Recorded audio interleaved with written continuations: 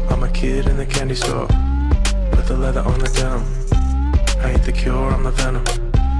If you wanna find me, find the taillight. Something's coming in, you're gonna wanna take a red eye. It's time to go. It's time to go.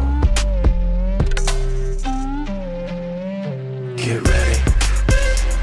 Get ready. Get ready. Magandang araw po sa inyong lahat sa mga parte ng mundo kayo naroon. Medyo under the weather po ang maestro. Kaya medyo ilagay nyo ang tenga nyo mas malapit sa inyong mga gadget o computer. Ito po ang ating 25th episode at ang title ay Andropausal Diplomacy. Ano po ang Andropausal Diplomacy? Ang andropausal po ay male version ng menopausal. Bakit po ganyan? Dahil masyado po tayong maarte. No? Masyado tayong show business ang dating. Ultimo sa pagpapatakbo ng gobyerno, show business. We love to take the hook and the line. Title page, please.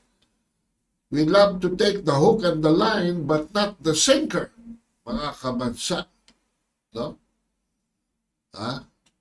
Ang dami nating cheche boreche. Ewan ko, I find this a weakness among Filipinos.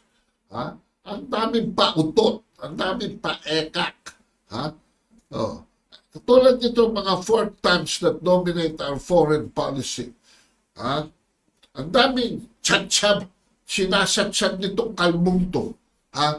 Hindi naman, tapos inamin na hindi naman siya in charge ng foreign policy. Bakit ka nagsasatsat tungkol sa foreign policy? At sinasabi mo, if there are going to be bilateral discussions, it must be based on fundamental principles and sincerity. Bakit? Nagpakita ka naman ng sincerity. Nung ikaw ay pumwesto dyan sa Department of National Defense, pinaniwala mo kami na ang gagawin mo was deconflicting the situation. What happened? Mula nung umupo ka dyan, puro cheche boreche ang inasikaso mo. Nambuliti ka. And you increase the tension dyan sa sitwasyon mo. Katulad nito, a broadsheet, owned by an oligarch attributed to the defense secretary, this headline, talks with China, useless. My God! Mariresolve ba mga problema ng bansa ng mga mahanghang na salita na wala namang pinanggalingan at walang paruroonan? Naku! Pwede ba? So, pakinggan natin kung ano itong cheche boreche, itong kalbong to. Hindi pabor si Defense Secretary Gilbert Teodoro sa pagkakaroon ng bilateral talks sa China tungkol sa South China Sea. Sabi ni Teodoro, magiging epektibo ang pag-uusap kung tapat o sincere ang China.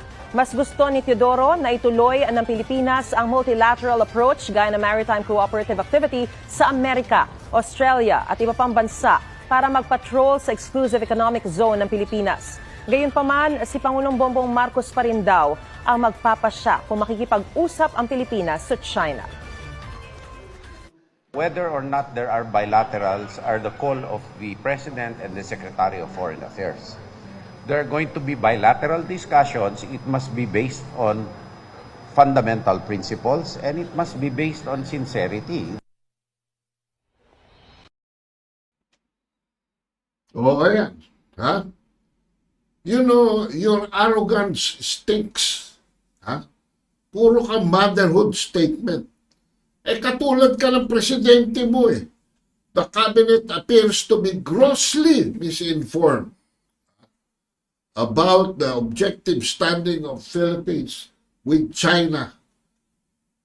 There is nowhere else that China's sincerity is to be measured from anything less than its essentiality to our economy. Oh, tanong ko sa iyo, can you measure sincerity of China in terms of infrastructure?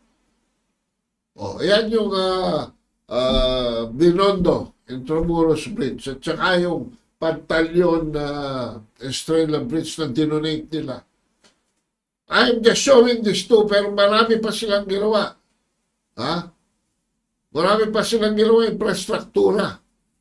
Pero wala tayong panahon para isa-isahin ang mga yan. But can you measure sincerity in terms of infrastructure? Can you measure sincerity in terms of trade? Tingnan mo nga ito. Mainland China with Hong Kong.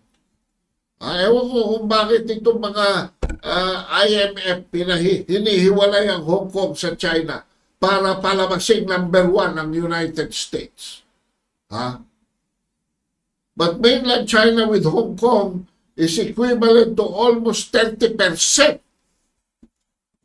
of our exports compared to only 12% of the United States. Bakit hindi yung sinseridad ng Estados Unidos ang hugutin mo? Yung sinseridad ng Japan ang hugutin mo, which is only 11%. 30% halos ang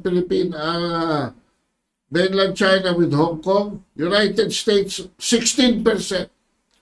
14% less. Ang Japan 15% lang. Ang Singapore napakalayo na. Hindi ba sinceridad yan? Can you measure sincerity in terms of tourism?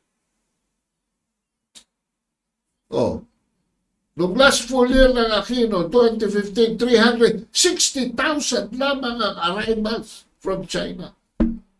Noong 2019, Duterte, after only 3.5 years, 3.5 years, nag-register na 1.8 million, a 500% increase, which in terms of revenues gave us $2 billion and in terms of jobs, 3.6 million jobs.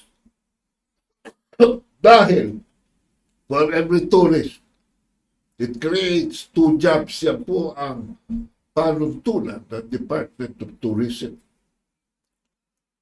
Ngayong panahon ni Marcos Jr. Dahil pagkagaling niya sa China, okay siya. Tapos pumunta siya sa US, bumaliktad siya. Ano ang ating tourism from China? From July 2022 to June 2023. 178,000 lang. Is there something wrong with China here? Or with us? Dahil nagkaroon ng delay sa Department of Foreign Affairs sa pagtatayo ng e-visa system. Hindi ba dapat ang China magtanong kung tayo ang sincere at hindi tayo nagtatanong sa kanila? Kung saan nagtago itong kung saan Australian rock, nagtago ito si Teodoro all these years na natatalo siya sa mga eleksyon. Ewan ko, I couldn't care less. But the fact is, without China, our economy would collapse overnight. O nakikita niyo itong chart na to? Tingnan nyo. Wala pang 68 million ang trade natin. Tama ba ito?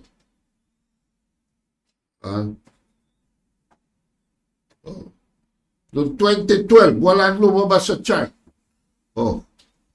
Ano 2013, medyo tumaas. 2014 tumaas, pero pawala na noong 2015. ano, yung 20, ano ba to?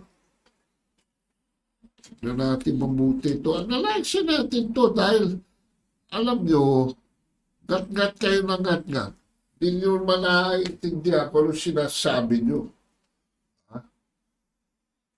Oh, ayan. Nakita nyo to, wala rehistro. Oh.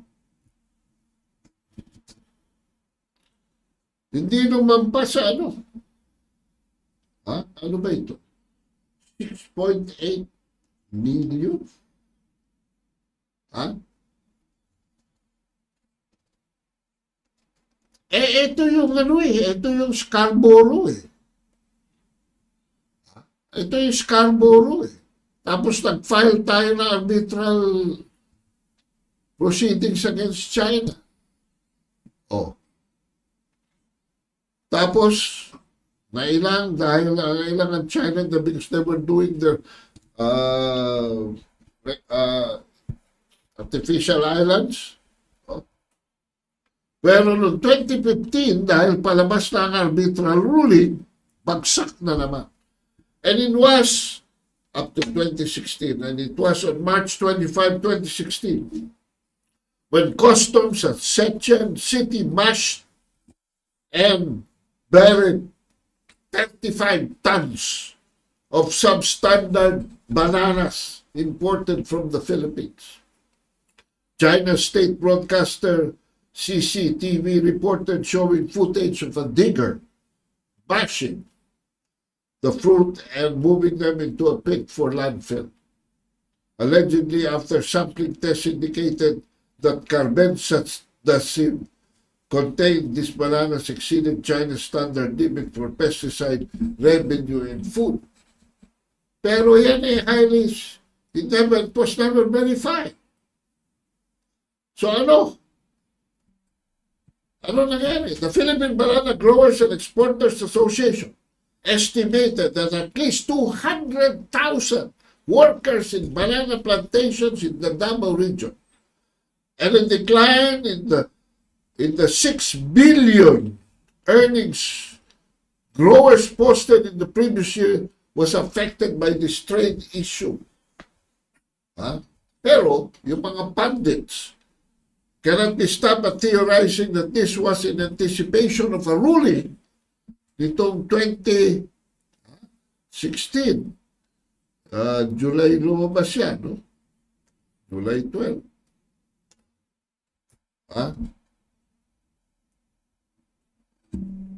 Well, the Philippines lodged a complaint against China, which eventually came a few days after the end of the Aquino administration.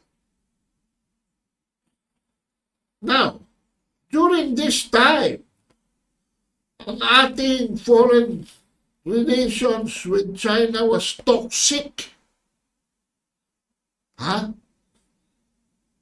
Toxic. The chart shows that when B.S. Aquino started playing toxic geopolitics with China, when the 2012 Scarborough standoff, our export disappeared from the chart. In 2012. But even when we filed an arbitration 2013 to 2014, a slight recovery was registered. It was during this time our provocation against China in the South China Seas was overtaken by awe on how fast China was building its artificial islands that we returned to bilaterally mending our fences. But further deterioration in our foreign relations given increased decibels, demonizing China through lawfare. Yan. Ito yung panahon na ang laman ng mga dyaryo ay yung pagkatkat ni Antonio Carpio ng mga kasinungalingan tukol dito sa arbitral tribunal. So in 2015, influencing a steep climb up to 2016. Pero nakita niyo naman, mga kapatid. Dito si Duterte na. Tingnan nyo. Tingnan nyo, let the chart show you whose sincerity is at issue here? Ha? Hindi ngat-ngat kayo ng ngat-ngat yan dahil tumatakbo kayo at nagtatayo kayo ng mga billboards para sa congressional ambition nyo, senatorial ambition nyo. Ha?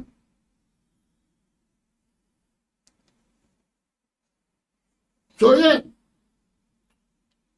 the phenomenal growth of our export market to China jetted from less than 70 million in 2016 to close to 12 billion. Ha? This year. And in fact, umaasa pa China. Ha?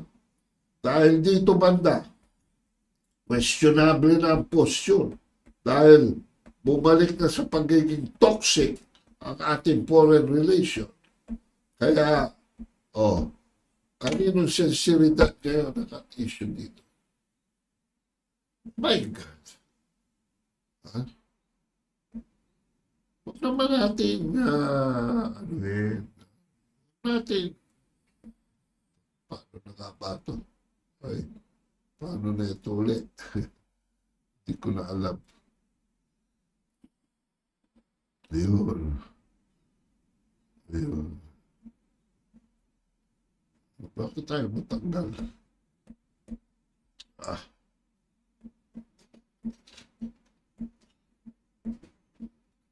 Tignan nyo nga ito. Ay, matanggal. So, ayan mga kabansa. So, for the consumption of Teodoro, who has already posted billboards around Metro Manila for his bid for the 2025 Senate, it seems that what would be more apropos, given his affirmation in shaming China, is not sincerity that China has already proved supporting Philippine economy during Duterte's watch with pragmatism. Yan lamang mga sinasabit ko sa inyo. Marami pang ibang area. Tapos, Teodoro himself qualified. Huh?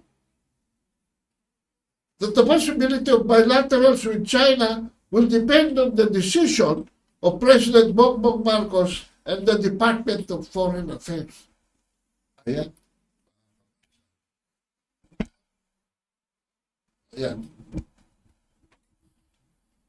And queuing for confessional for dummies is also the Senate President. Huh? Alam mo sabi niya? We are very happy that the delegation from China graciously accepted our proposed amendment. So we included, and initially, they didn't want to have any mention of the UNCLOS and the freedom of navigation. But they agreed to later on. Sabi ni Juan Miguel Subiri in the sidelines of the Asia-Pacific Parliamentarian Forum, alam niyo, the penchant of our politician for drama based on technicalities never cease to amaze me. Bakit mga kabansa? Bakit? Because this was a no-brainer. China has always been supportive of the United Nations Convention on the Laws of the Seas. China signed the document, it ratified it. Ang subliminal na pinakikita dito ni Subiri is, ayaw ng China sa UNCLOS. Of course not. It was the United States that signed the treaty but did not ratify it. Even sa 2016 South China Sea Arbitral Award registered with the Permanent Court of Arbitration, pati yung arbitral award na sinasite ninyo lagi, protects China's interests in and outside of UNCLOS that obviously Subiri has not read in its entirety. Magbasa ka naman, no? Magbasa ka naman. Subiri. Oh. Meron pa dito sinabi mo, ayan, oh, pinapakita natin dito, picture, nakipagkamaya ka rito. Sino to? Dinalaw mo sa US? Oh, namantikaan ka na rin ba ng Amerika? Dinalaw mo si Victoria Nuland? Kailangan mo ba yan?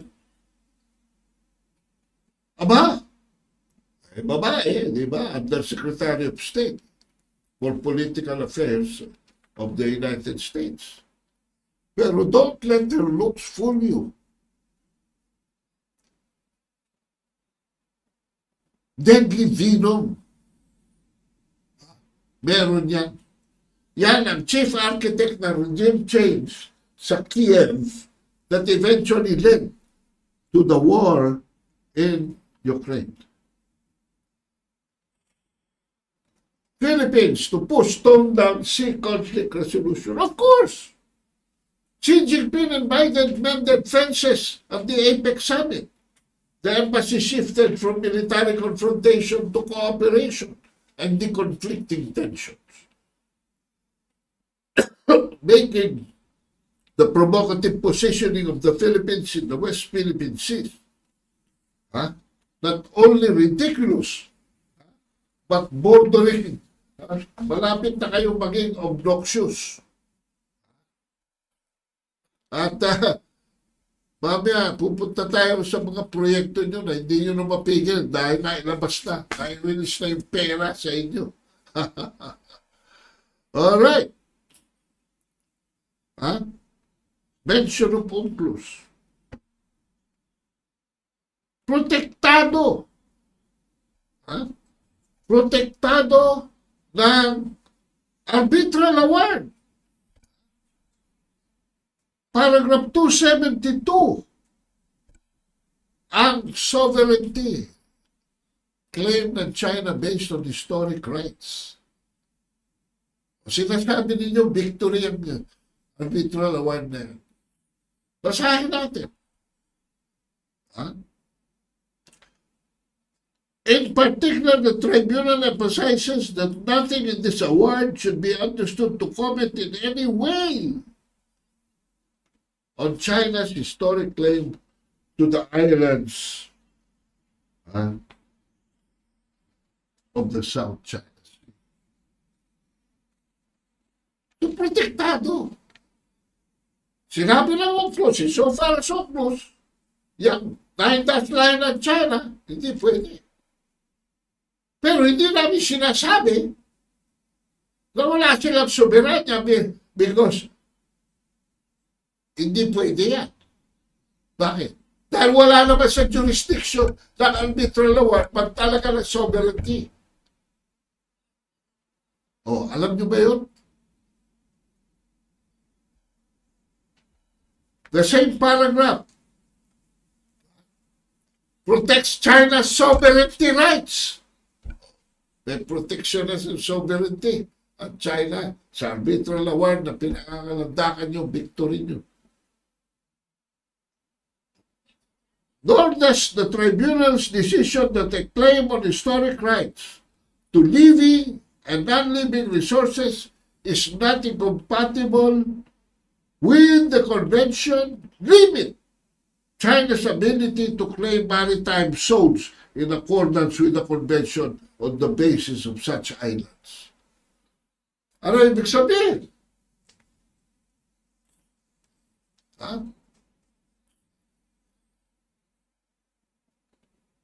Na pwede pang mag-claim ang China based on mga islands nila ng exclusive economic zone. So China has got us by the balls on both sides. Naintindihan niyo ba ako? Why? Why are you even thinking that China is against UNCLOS?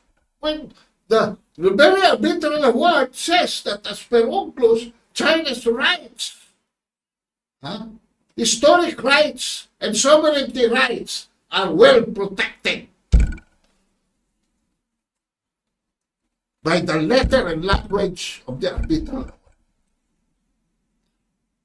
Tapos pumasok kayo sa freedom of navigation. Ang implication kasi dito sa utak ninyo, ayaw lang China ng freedom of navigation. Mali naman kayo. Why? Far from the United States, unilateral rules-based interpretation under the Convention Freedom of Navigation, hindi naman absolute. Ha? It must comply with Article 19 of UNCLOS that defines passage as innocent so long as it is not prejudicial to the peace, good order, and security of the coastal state. Such passage shall take the place in conformity with this convention and other rules of international law. Huh? Other rules of international law.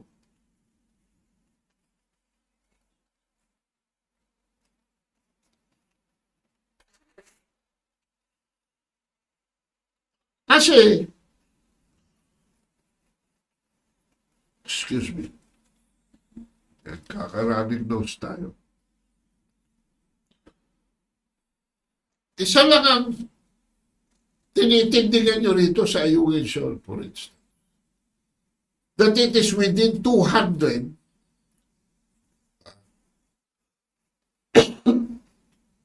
it is within 200 nautical miles from the coastal state of the Philippines, Palawan Island in particular. In fact, as this TV Patrol chart says, 115. So within 200.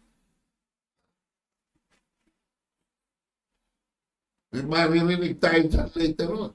Dahil daw dyan, may titulo tayo. Teka muna. Saan kayo mabilis? That's your only qualifying argument, no? In your claim for exclusive economic zone. But according to UNCLOS, the shoal is also a low tide elevation that cannot be the subject of sovereignty claim on its own merit. But China is not claiming sovereignty over a Yungin shoal on the basis of UNCLOS. Yun ang hindi nyo naiintindihan.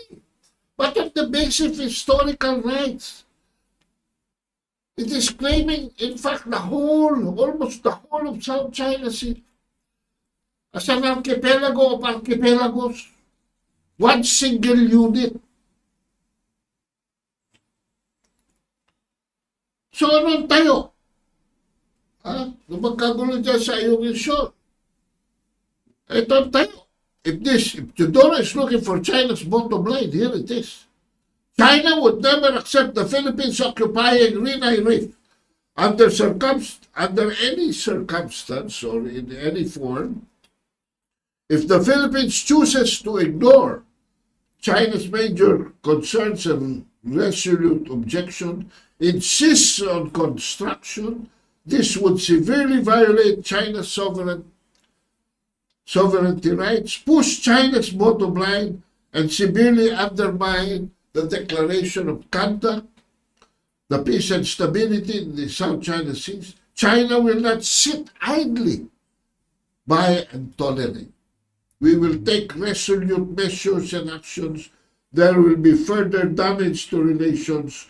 All consequences will be borne by the Philippine side. This is recorded in the arbitral award under paragraph 1122. Pero ano sabi nito si favorite liar natin? Let us play this guy.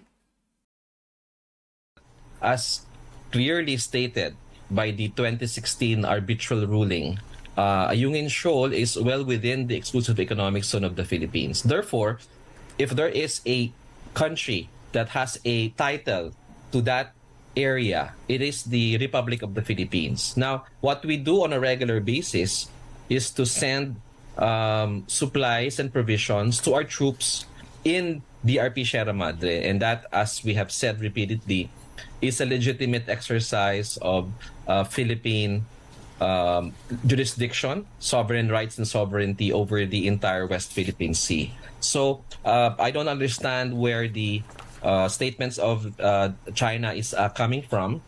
As I have repeated this, as I have told some people yesterday, and the press also yesterday, we should take statements from China with a grain of salt, because their statements collapses in the face of overwhelming evidence.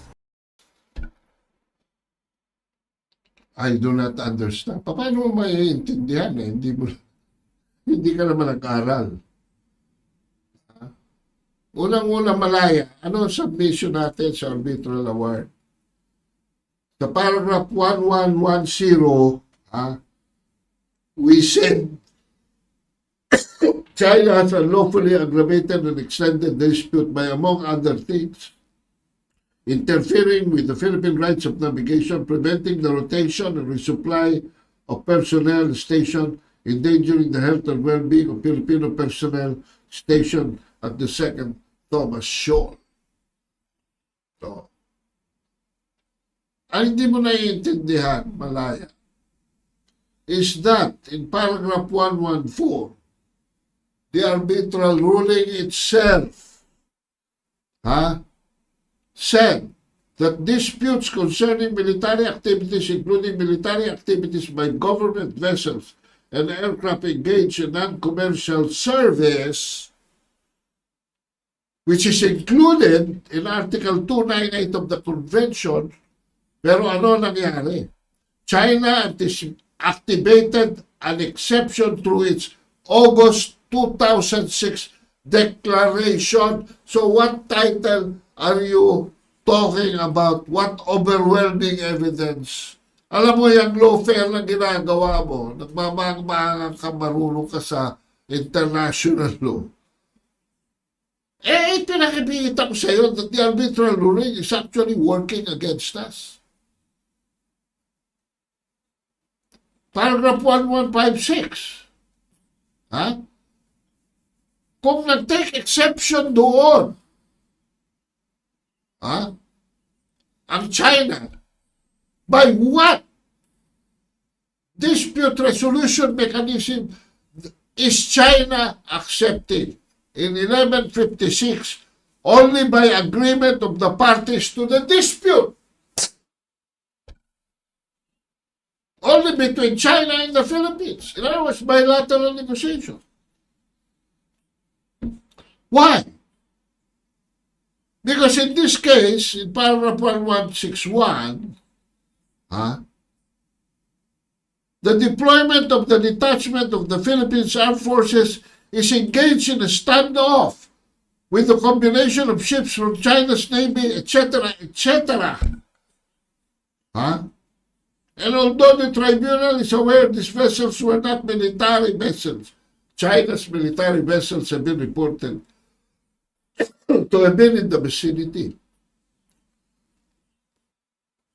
So in continuation of paragraph 1161, in the tribunal's view, this represents a quintessentially military situation, and in the succeeding paragraph 1162, accordingly, the tribunal finds it lacks jurisdiction to consider the Philippine submissions 14A, B, and C. Pinalalabas nyo, sinuportahan kayo ng arbitral ruling. Nagugas ng kamay ang arbitral ruling.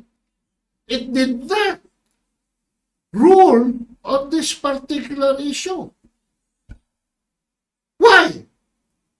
Because the area is militarized. And who militarized Ayungin Shoal? In 1999, the Philippines ran aground a warship in Ayungin Shoal. Tayo! Ano ang implikasyon? na hindi mo pwedeng i-invoke ang freedom of navigation dyan dahil may military standoff. There is a military situation. And therefore, there can be no innocent passage there in the absence of peace.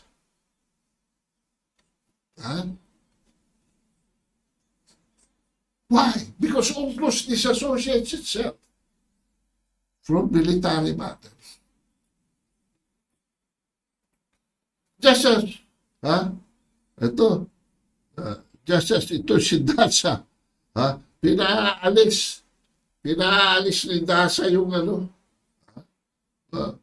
sige nga, pakita natin yung video ni Dasa ahead of time. I-play na nga natin yung video ni Dasa.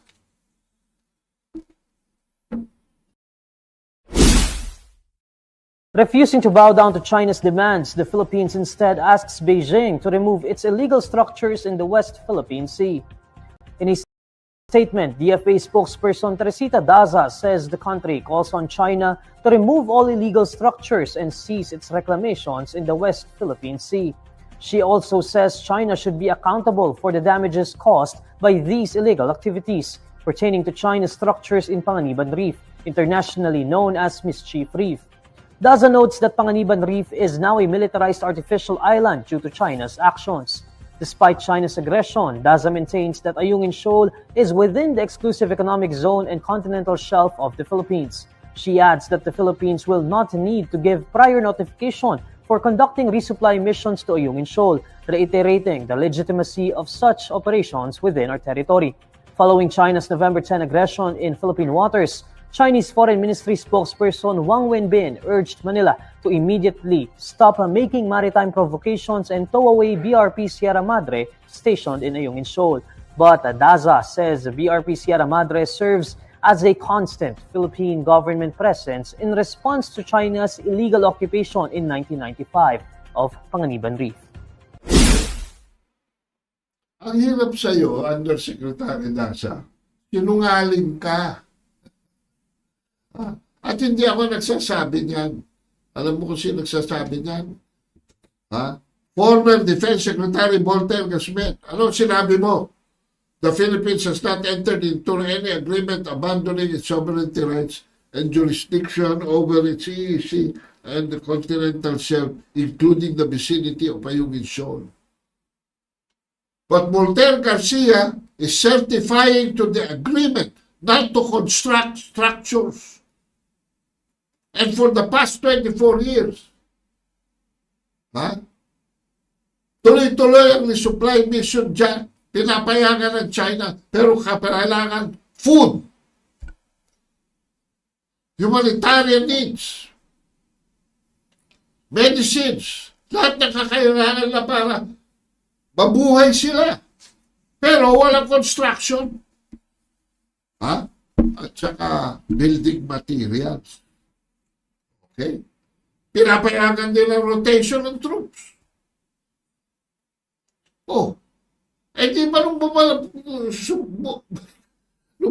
lang si Bongbong Marcos galing sa US, nagsimula ang gulo dyan ulit. Na matagal nang nawala.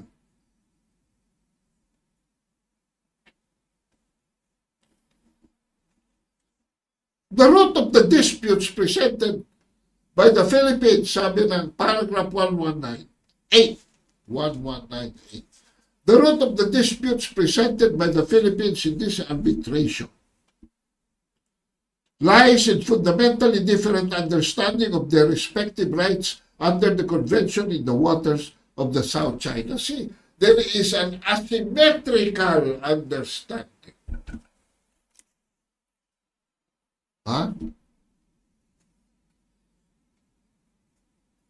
Pero walang patutukuhan eh.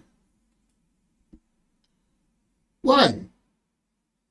Because sabi mismo ng arbitral award, in such circumstances, the purpose of dispute resolution proceedings is to clarify the parties' respective rights and obligation and thereby to facilitate their future relations in accordance with general obligations of good faith that both governments would unequivocally recognize.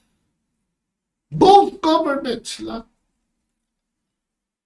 So this is the only way out of the South China Sea disputes.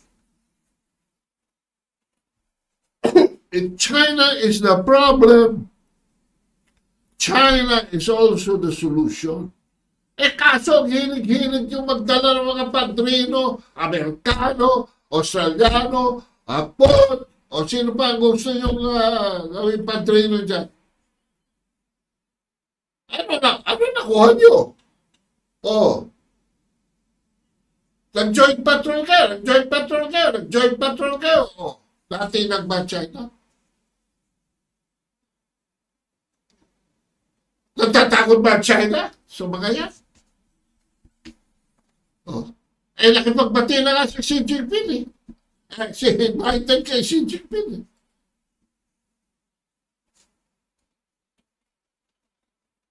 Pero ano ang posisyon mo, Dasa? We are being asked to give prior notification each time we conduct a supply mission to a UN show. Because that was the agreement of Voltaire. Because how can there be cooperation if there is no prior information? Stupida! Tanda mo na. Huwag mong basahin ang mga statement kung hindi ka naniniwala. Because I will always assume na yung mga sinusubo sa inyo ng Amerikano dyan sa Department of Foreign Affairs, basahin nyo, pag binasa nyo, you agree with it.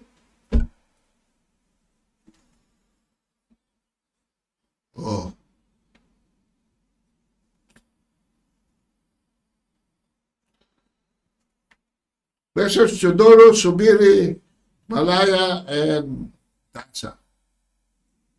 Miss Dasa. Stop engaging in zero-sum strategies and tactics far from well the very arbitrary ruling you have adopted as your Bible. It is pointing you to. You are already engaging military assets of other countries inferior to China in your forever maze.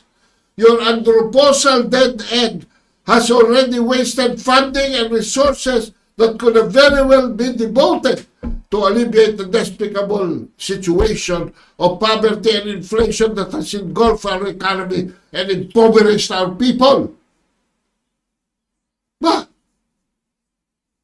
Ilang daan libo bawat layag ng isang barko dyan sa kalechehan nyo. Bakit hindi na lang kayo ito yung resupply boat. Let China spend for it. Here's our resupply mission. Kayo na mag-escort. Sila pa gumastos, hindi tayo. Kaso nagpapalusot kayo eh. Nagpapalusot kayo ng mga building and construction.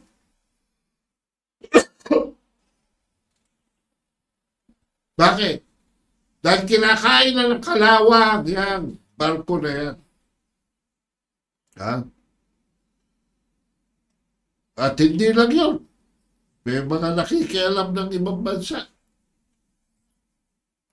At yung mga tao dyan, na cheer and cheer,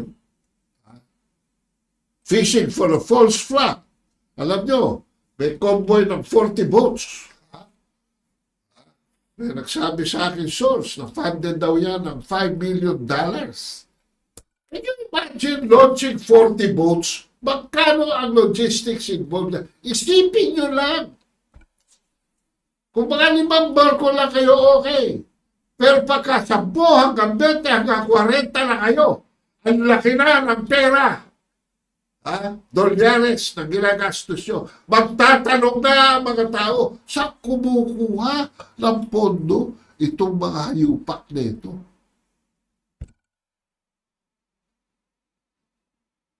Alam na karamihan na nagpasa ang American Congress ng $500 million sa America Competes Act. Nakarating na raw yung pondo. Kaya miskin nag-meeting si Xi Jinping at saka si Joe Biden, wala nang choice kundi ituloy. Di ituloy nyo. Dahil magpupuntahan niya. Ay, nako. Anyway, magbasa muna tayo ng ating mga comments mula sa ilang ating mga chosen viewers today. Luis Gerald, Serrano, good afternoon po. For correction lang po, it's Maris Umali. Si Maris Umali ba yun? Sorry. Hindi PR Kagel sa PowerPoint nyo. Nakalagay kasi ron sa caption PR Kagel. Baka kay PR Kagel yung Facebook, yung TikTok page. Pero gumawa si Maris Umali. Thank you for correcting me. Freddy Oridina watching, Osman Muhammad Zin. Good afternoon, everyone. I'm saddened about what happened to PH na. Things that I heard, things that I read, situations are getting bad. PCG, EDCA, SMNI, ICC, SCS, Sara Duterte, former President Duterte. All right.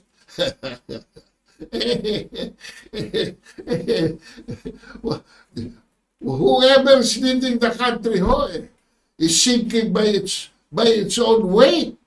No? Rosary around the world, 8:30 p.m. California, USA. Also TY sa lahat ng Katipunan channel. Prof. Serrano, Paglinawan watching from CA. Stay safe and God bless you all. Verdad, Tech, alam ng China na sunod-sunod na lang sa kano ang ating mga opisyal pero nagpapasensya pa rin sila at umaasa na magising at malaman ang katotohanan sa interes lang ng kano dahilan sa kaguluhan sa South China Sea. We are expecting some relief in this insanity that Bongbong Marcos has started, either directly by his action or non-action. Red pill matrix, God restores all things. Men love darkness because their deeds are evil. Paulo Sambuangueño, my ardent hope to see Serrano sits up.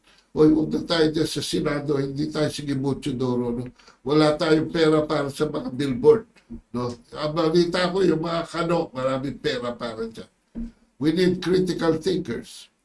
Reynaldo Lazaro, U.S. Australia have restored warm relations. Now Japan is about to do the same with China. Why are we going the other way?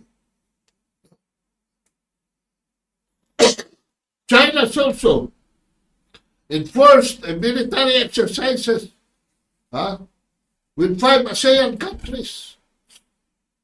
Major countries, ASEAN. Na-isolate na tayo pati sa ASEAN. Maiiwanan na tayo ng Indonesia. Indonesia is now the number 10 manufacturing country in the world. We are not even in the chart. Ewan ko ba kayo? So anyway, ito po ang aking Christmas book sale.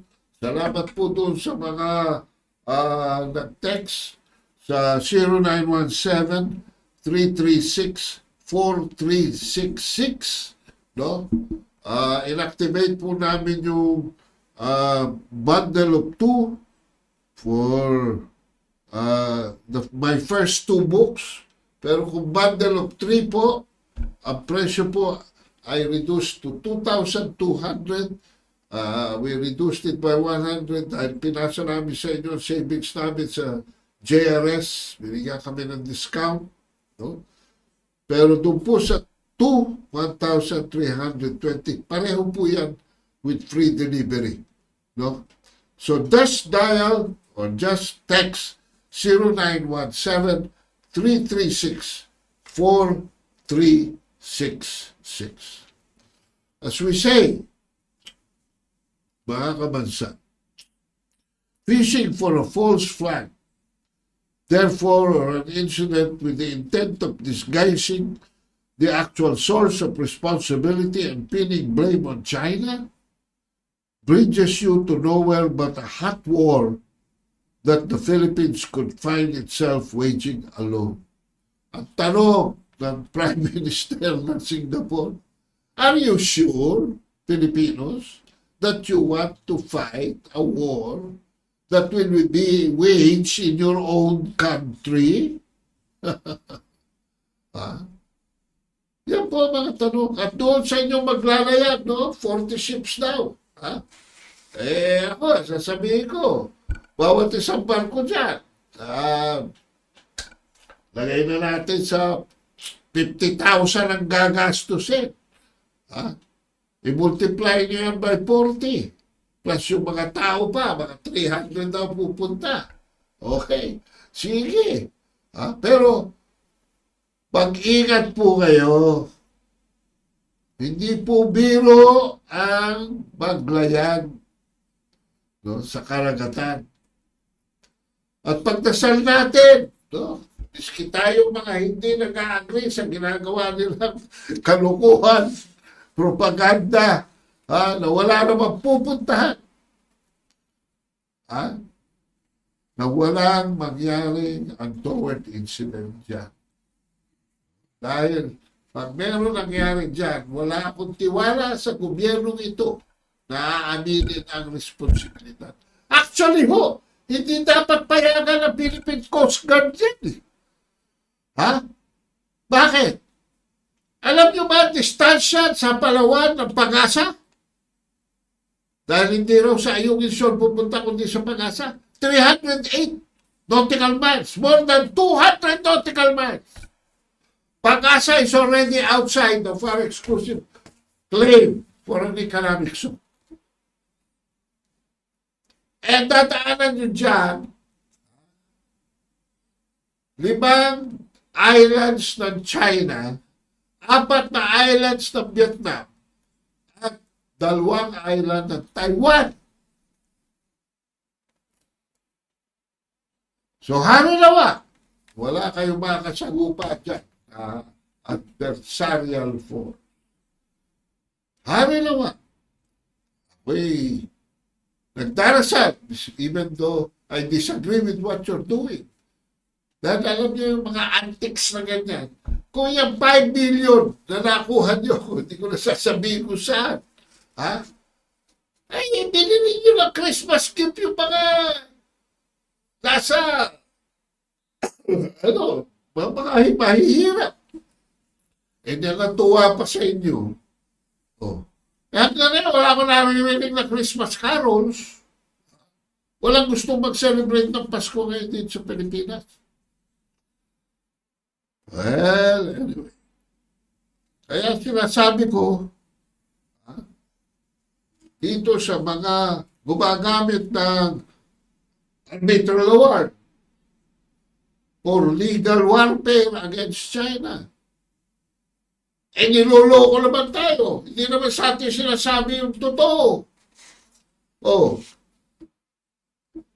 Sinasabi lang nila, walang 9-9. Kasi pag nawala yung 9-9, lusot na tayo. Kaso hindi pala doon base yung sovereignty claim ng China sa historical rights pala. At alam ng mundo na isinuko ng Japan sa China, ibinalik sa China ng Japan ang mga kinamkam nilang teritoryo noong World War II at even before that, in the Second Sino-Japanese War, na tinalakay na natin dito sa programa ito. Well, anyway, huwag niyo po kalilimutan, malapit na ang Pasko, no? Christmas book sale for a bundle of 3, 2,200. For a bundle of 2, my first and second book, 1,320. Mag-text lamang po kayo sa 0917-336-4366. At ang pangwakas nating quotable quote ay nanggagaling sa National Museum of American Diplomacy. On the surface, diplomacy is about the web of relationships between countries around the world. At its best, It is about service, wisdom, consensus, and compromise. Ulitin ko, consensus and compromise. Service, wisdom. Pero sa puso niya, but at its heart, diplomacy is about the people who work together to realize a different and hopefully brighter future for their fellow citizens. That's why I ask you now, where is our foreign policy now directed? Is it towards the national interest of the people as the people themselves say so? Or are they directed towards the diktats of a foreign power and not for the brighter future of our fellow citizens? Maraming salamat po. Ito si Paglinawan ng Maestro, nagpapaalam na ngayon. Pasensya kayo, medyo may under the weather tayo. Pero nagpapaalam na po ka at pagkita-kita tayo sa susunod na Sabado. On the down. I ain't the cure, I'm the venom. If you wanna find me, find the taillight. Something's coming in, you're gonna wanna take a red eye. It's time to go. It's time to go. Get ready.